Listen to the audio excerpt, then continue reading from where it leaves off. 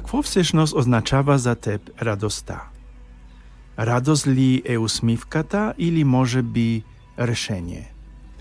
Може ли да се радваш когато животът не е лесен? Или радостта е моментът, в който забелязваш, че не си сам? Днес, в третата неделя на Адвента, неделята на радостта, така наречена Гаудете, ще се опитаме да открием откъде може да дойде радост, която не свършва.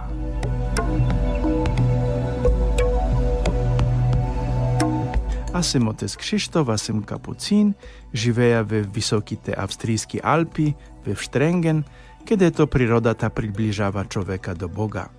Каняте в най-новия епизод на подкаста Я всеки петък срещу събота, а повече ще намериш на сайта ja.podbean.com.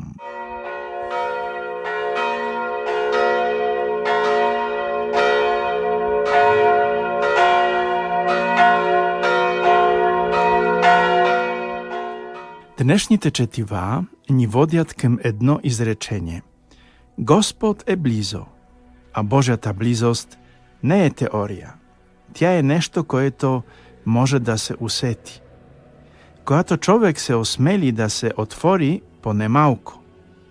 Исаия казва: Духът на Господа е върху мен. Той ме изпрати да донеса благовестие на бедните. Тази мисия не се отнася само за пророка. Тя е покана за всички, които позволяват на Бога да влезе в тяхното ежедневие. В Евангелието срещаме Йоан Крстител, човек, който познава своето място, и питат го: кой си ти? А той спокойно отговаря: не съм Месията, не съм Илия, не съм пророкът. Йоан знае, че неговата задача е да посочи светлината, а не да я замени. И точно тук започва радостта, за която говори Адвентът.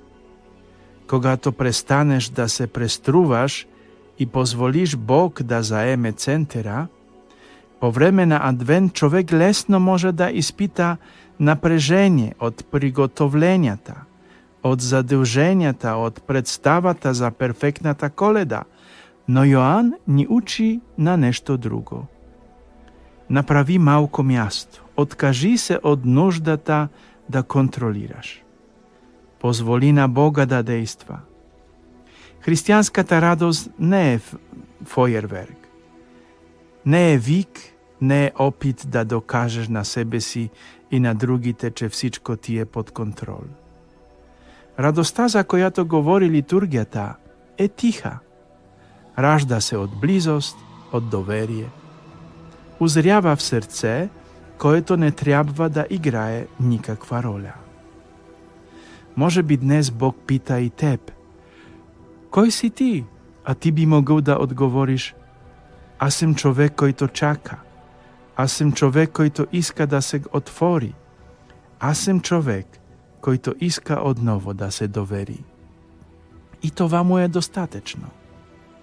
Неделя Гаудете не е литургически жест или символично розовия цвят. Тя е спиране, което казва: имаш причина да се радваш, дори когато не всичко в живота ти е подредено. Защото Господ е близо, наистина близо. Не в теория, а в твоята история. Може би още нищо не виждаш, може би все още чакаш, но той вече чука, тихо, както винаги. В думата на човек, в прошката, в момента на тишина, в желанието за добро, което се връща без причина. Адвентската радост не се нуждае от фойерверки.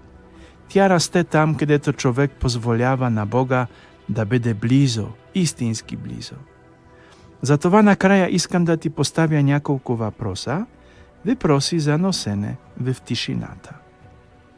Какъв е твоят източник на радост днес? Нешто трајно ли е или нешто което лесно се распада?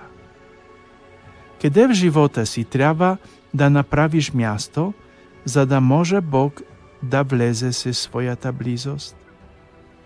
И ако требаше да одговориш на въпроса на Јоан, кој си ти? Какъв би бил твој истински, неподправен одговор? Задрж това в себе си. Адвентът не изисква съвършенство. Тој просто те учи да гледаш малко по-дълбоко, малко по-тихо, малко по-истински. Хвален Исус и до следващият епизод.